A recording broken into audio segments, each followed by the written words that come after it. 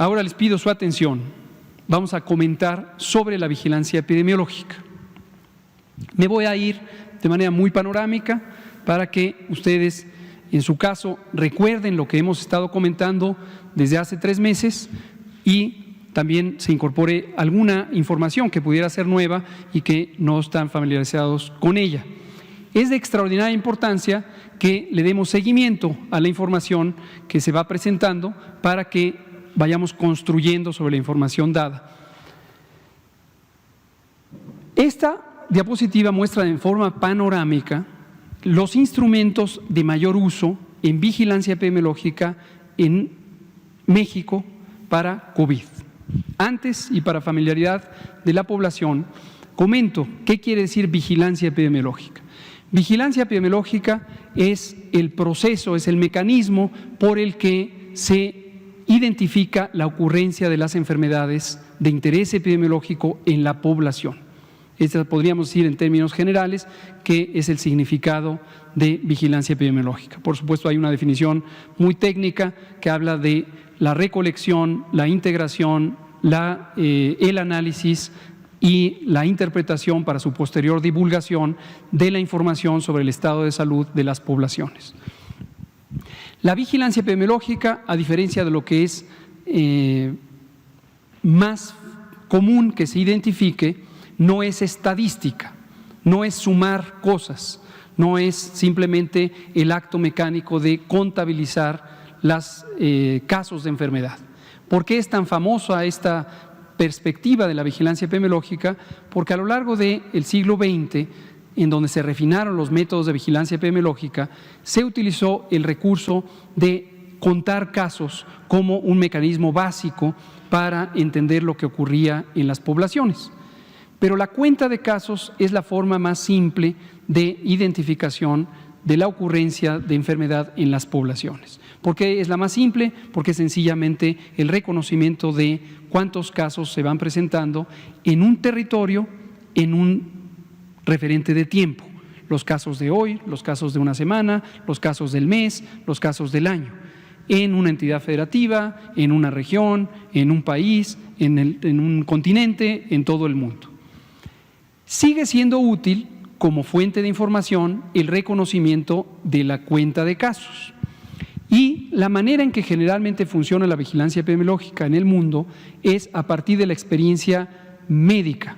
Las personas enfermas acuden a unidades de salud con el propósito de cuidar su salud, recibir algún tratamiento o algún mecanismo de rehabilitación o algún mecanismo también de diagnóstico. Y por eso, en la mayoría de los sistemas de vigilancia epidemiológica del mundo, se toma la información directamente a partir de los profesionales de la salud, que ellas y ellos reconocen los casos de acuerdo a las definiciones médicas y epidemiológicas de estos casos y los registran y los informan a la autoridad sanitaria.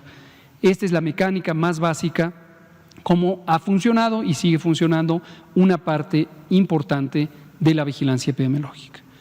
Pero no lo es todo. Se han incorporado nuevos métodos a la vigilancia epidemiológica, particularmente a lo largo de los últimos 30 años, y estos métodos incorporan otros elementos que no necesitan ser registrados a partir de la relación de un médico y un paciente en un consultorio. Por ejemplo, la vigilancia basada en laboratorio.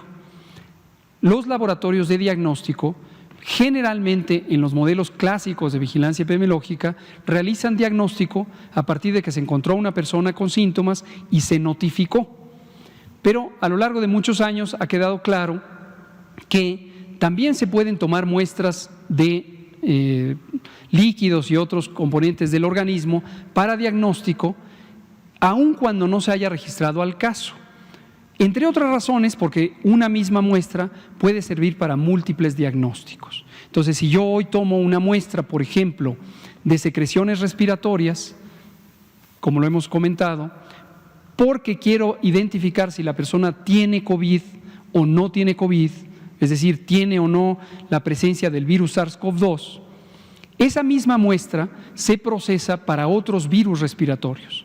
En el caso de México, para 13 otros virus, un total de 14, y entonces ahí puede salir un diagnóstico por laboratorio de otros virus. Y esos otros virus no están asociados con un paciente que fue registrado con un cuadro clínico específicamente pensando en esas otras enfermedades.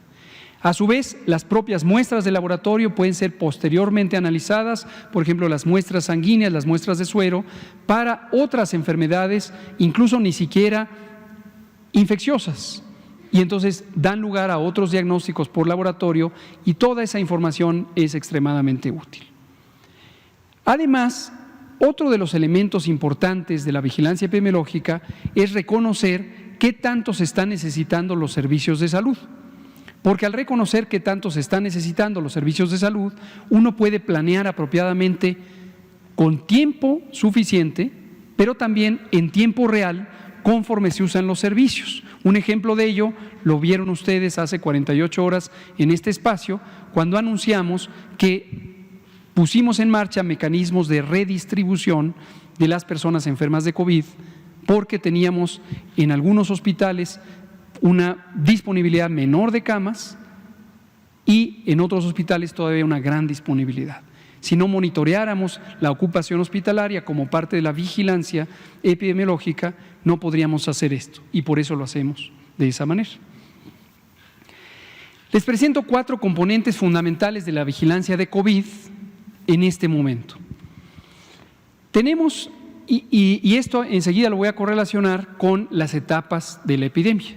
Y recordarán cómo lo fuimos platicando conforme se fue presentando cada una de las etapas. El modelo, me voy primero a esas etapas. Recordar que las etapas, en su momento le llamamos escenarios, luego se empezó a llamar fases, etapas, ya no importa tanto el término exacto, son momentos diferentes de la epidemia que se pueden caracterizar por cómo ocurren las cosas, cómo ocurre la enfermedad en la población. En la etapa 1, o escenario 1, como lo llamamos en su momento, fue la importación del virus. Es decir, pasamos de una situación en donde teníamos 0 casos a tener el primer caso. Y esto ocurrió el 28 de febrero. Posteriormente tuvimos 2, 3, 5, 7, etcétera.